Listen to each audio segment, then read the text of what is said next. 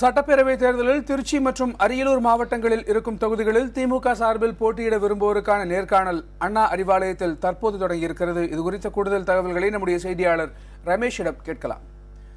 ரமேஷ், திருச்சி அரியலூர் ரெண்டுமே அந்த காவிரி பாசன பகுதிகளில் இருக்கக்கூடிய பகுதிகள், திமுக கொஞ்சம் பலமாக இருக்கக்கூடிய பகுதிகள்னு சொல்லலாம்.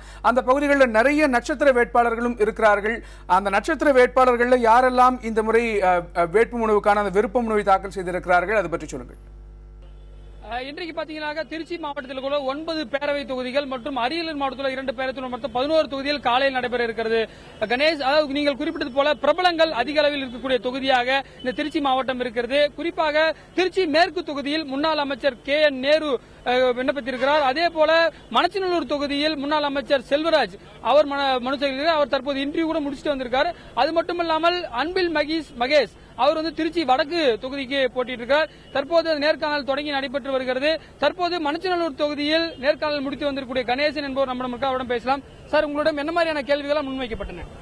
என்னடா எவ்வளவு ஃபர்ஸ்ட் உங்க பேர் என்னன்னு கேட்டாங்க. கணேசன் சொன்ன என்ன கட்சியில பொறுப்புல இருக்குன்னு கேட்டாங்க.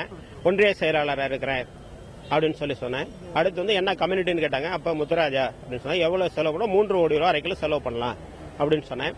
அடுத்ததாக தளபதி கேட்டார். தளபதி கேட்கும்போது நீங்க கட்சியில பொறுப்புறீங்களே, கூட்டணி வேணுமா வேண்டாமான்னு கேட்டாரு. கூட்டணி தேவையில்லை, காரணம் கேட்டாரு. செயலற்ற என்ன காரணம்னு கேட்கும்போது இந்த ஜெயலலிதா அரசுடைய செயலற்ற தன்மைன்னு ஒரு காரணம் சொன்னேன். அதுக்கு நீங்க கூட்டணி அந்த இதுல தொகுதிக்கு புதுமுகமா கொடுத்தீங்கன்னா இளைஞர்கள் நல்ல வரவேற்பு இருக்கு. அதனால புதுமுகம் கொடுத்தீங்கன்னா வாய்ப்பு நல்லா இருக்கு, ஜெயிக்கக்கூடிய வாய்ப்பு கண்டிப்பா உண்டுன்னு சொன்னாங்க. வேற என்ன கூட்டணி குறித்த கேள்விகள் கேட்கப்பட்டதா? அந்த கூட்டணி தேவையா இல்லையான்னு கேட்டாரு. கூட்டணி இல்லைனாலும் மணச்சநல்லூர் ஜெயிக்கக்கூடிய வாய்ப்பு புதுமுகத்துக்கு வழங்கினால் கண்டிப்பா உண்டுன்னு சொன்னாங்க. நீங்கள் கேட்டிருப்பீங்க, பல்வேறு கேள்விகள் முன்வைக்கப்பட்டிருக்கின்றன. எவ்வளவு செலவு செய்வீர்கள், என்ன தொழில் செய்கிறீர்கள் என்பன பல்வேறு கேள்விகள் கேட்கப்பட்டு வருகின்றன.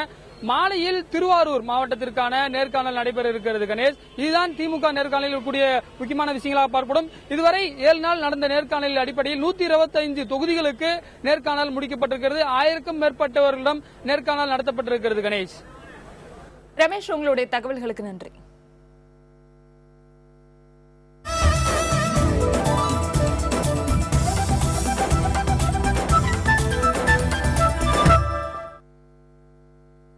புதிய தலைமுறையின் நம்மால் முடியும் குழு தமிழகமெங்கும் மின்சாரத்தை சேமிக்கவும் மாற்று எரிசக்தி மூலமாக மின் உற்பத்தி பெறவும் பரப்புரையில் ஈடுபட்டு வருகிறது. இந்த நிலையில் திருச்சியில் கட்டுமான நிறுவனம் நடத்தி வரும் நூர் முகமது நம்மால் முடியும் குழுவால் உந்துதல் பெற்று தன்னுடைய வீட்டில் சூரிய ஒளி மின்சக்தியை பயன்படுத்த இருக்கிறார்.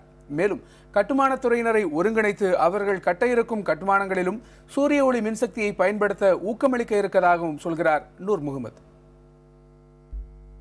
இப்போ நான் இதை பண்ணும்போது மற்ற பில்டரும் பார்க்குறாங்க. என்னை சுற்றி இப்போ திருச்சியில் பொறுத்த வரைக்கும் 80 அபார்ட்மெண்ட்ஸ் பில்டர்ஸ் இருக்காங்க. அவங்க இதை நான் பண்ணி பார்க்கும்போது உடனடியாக இதுக்கு வர்றதுக்கான வாய்ப்பு இருக்குது. என் நண்பர்கள்ட்டே நான் சொல்லலாம்னு இருக்கேன். இப்போ எங்கள் அபார்ட்மெண்ட்டில் ஒரு பகுதியில் நாங்கள் ஏற்கனவே போட்டிருக்கோம். அந்த போட்டிருக்கதை பார்த்துட்டு இருக்கவங்க இப்போ மறுபடியும் பண்ணலாம் அப்படிங்கிற ஒரு இதில் இருக்காங்க. புதிய தலைமுறையில் பார்க்கும்போது அந்த நிகழ்ச்சிகள்லாம் பார்க்கும்போது நம்மால் முடியும் நிகழ்ச்சி பார்க்கும்போது எனக்கு ரொம்ப இன்ட்ரெஸ்ட்டாக இப்போ இம்மிடியேட் பண்ண போகிறேன்.